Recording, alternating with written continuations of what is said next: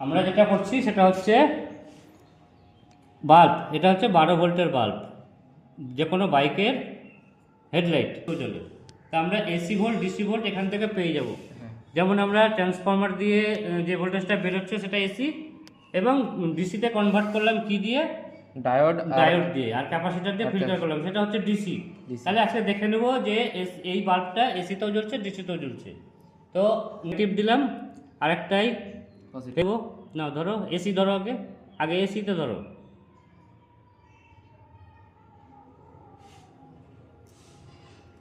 জ্বলছে। হ্যাঁ। তাহলে এই বাল্বের এই একটা পয়েন্ট,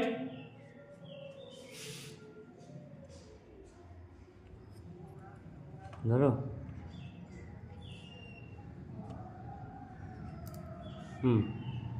এই একটা পয়েন্ট, হ্যাঁ। ঠিক আছে। আর এটা হচ্ছে আর একটা পয়েন্ট, এটা কাটা, এটা ঠিক আছে। 12 ভোল্ট, এটা এসিতে জ্বলছে। এবার ডিসিতে দাও, ডিসিতে জ্বলছে, ঠিক আছে। এসি এবং ডিসি, ডিসিতে একটু কম জ্বলছে, এসিতে জোরে জ্বলছে।